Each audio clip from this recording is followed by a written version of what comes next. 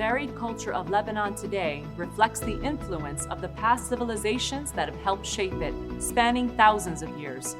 Originally home to the Phoenicians, but having been occupied and conquered by many others still, their lasting impact has enriched its heritage even more.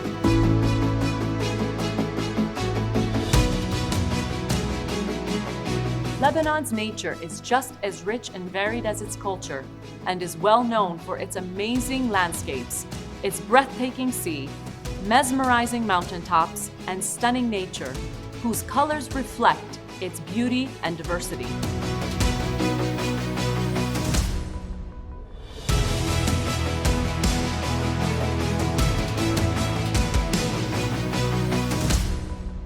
Lebanon was once considered the Paris of the Middle East, until a civil war tore it apart and plagued the country from 1975 to 1990.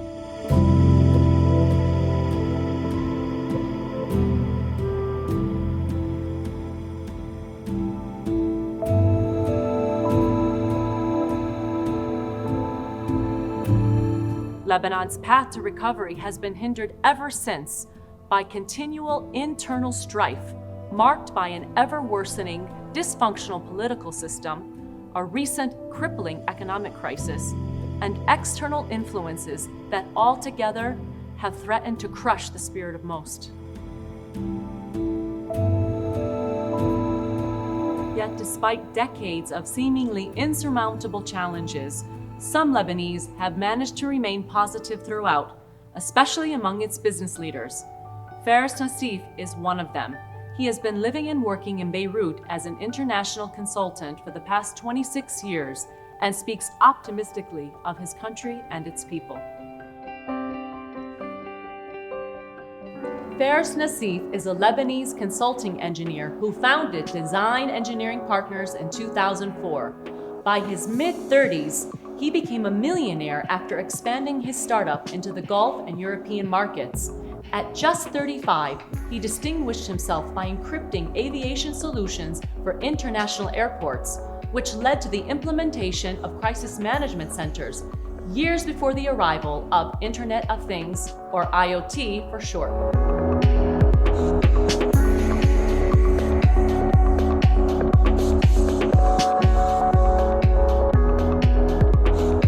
Large-scale projects with smart solutions have always been my focus, in particular projects that serve communities ranging from airports and aviation to urban planning, even transportation, infrastructure, and renewable energy.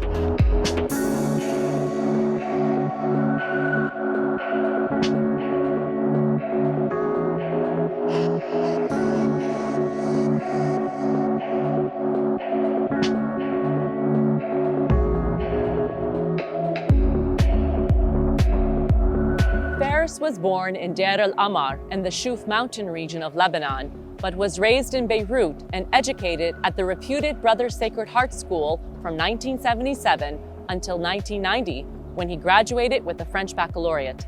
He then attended and graduated from St. Joseph's University in 1995 with a degree in electrical engineering. Soon after, Faris traveled to France, where he also obtained a diploma in macroeconomics and began working with a well-known international company. During his early career, he worked on government programs, implementing value engineering in the transportation and energy sectors, before starting his own company, Design Engineering Partners, or D.E.P for short, in 2004.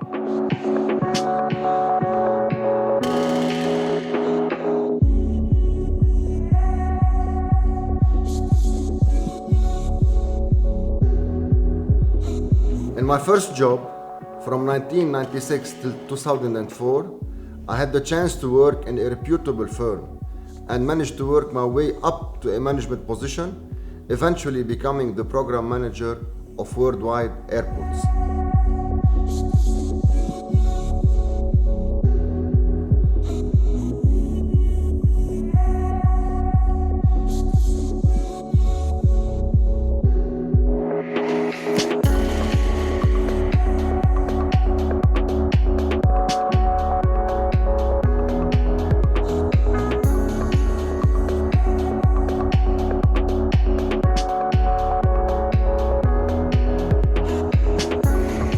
May 2004, when I had enough PR contacts and experience, I finally found the courage to establish my own consultancy firm. This move was not easy. I had a family and hardly any money. I was just an employee after all. But building the right team around me made all the difference. Quite quickly, the I became we. And I could never have achieved all the work in marketing, travels, research and developments, concepts, design, and production without a great team of partners and dedicated engineers.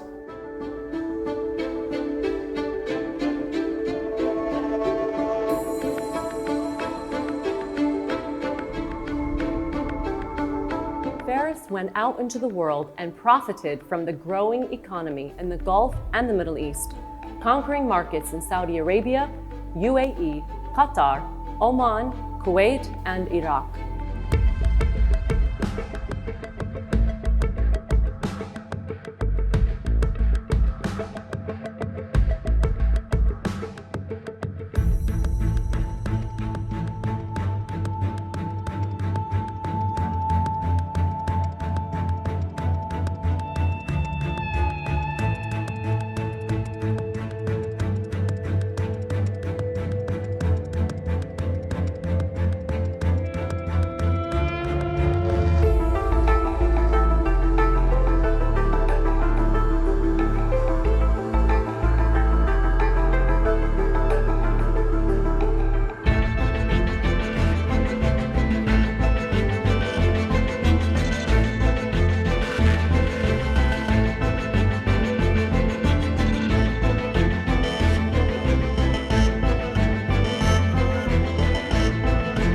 Design Engineering Partners quickly became famous for bringing innovation and savings to its clients. Then we went to Africa, and at the same time we established our European footprint with D.E.P, Design Engineering Partners of Europe. Our technical solutions were well received by the stakeholders, and this gave us more confidence for investing in research and development. As a result of our success and the strategic partnerships that we have created, we are also starting to develop our services in the United States. In line with our growth, our team has grown from just a few to hundreds of full-time engineers. We've developed departments covering architectural, civil, structural, electrical, mechanical, and information technology. D.E.P also provides construction services that include program and contract management, cost control, and even site supervision. We serve the public and private sectors, managing everything related to urban planning, airports, infrastructure and roads, high-rise buildings, industrial, and even service plans. We create financial portfolios and private equities for investors to help them achieve their targeted returns, something that we are really proud of.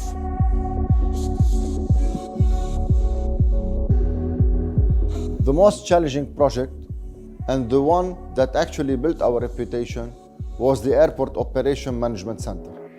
This is an intelligent system that integrates aircraft, passenger, and baggage, complete with smart solutions that optimize airport space, operation flow, time management, and expenditures.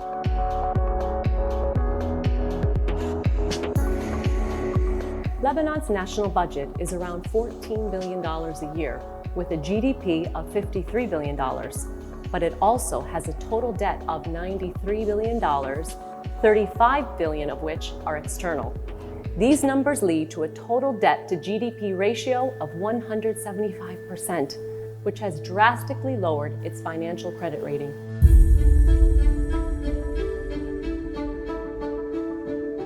We have become used to these conditions. But just like the phoenix that dies and rises from the ashes, so too will we. Besides, since our business is with foreign countries, D.E.P is not affected by the local crisis. The re-emergence of the Lebanese economy depends on the contribution of the diaspora, whose emigration began in the 19th century around the same time of the Industrial Revolution.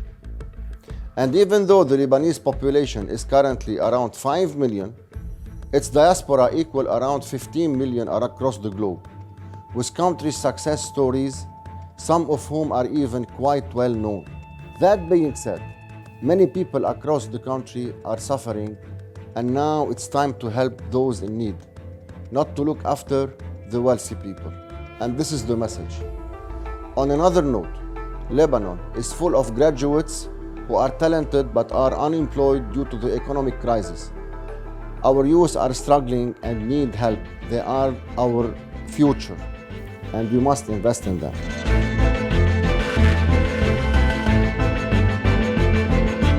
With the support of his international contacts, Faris has been able to convince businessmen from the Lebanese diaspora to give graduates a chance to work remotely. For Faris, this is a true success story. He now has many working online from Lebanon, covering services such as design engineering, graphic design, IT administration, editing, translation, accounting, and many others. Lebanon needs more than financial aid.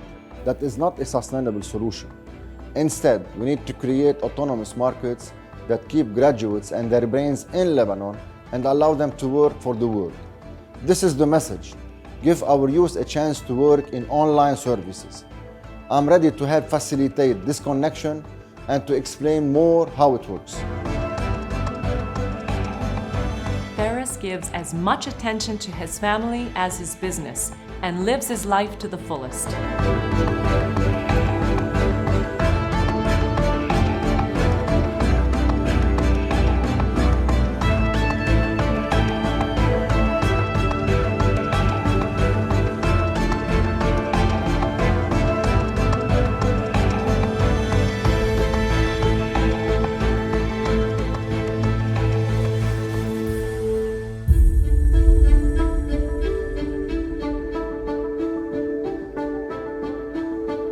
This is the story of Faris Nassif, of one man who built an empire based on his innovative engineering solutions and who showed the world what one can do in order to succeed even in the most difficult of circumstances, offering hope to others attempting to do the same.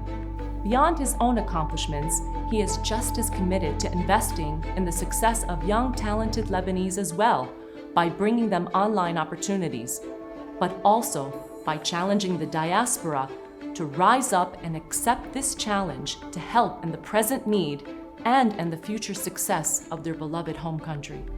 My message to the world, and especially to the Lebanese descendants living abroad, the diaspora, is this. It's time to give back. Let's make Lebanon the Paris of the Middle East again.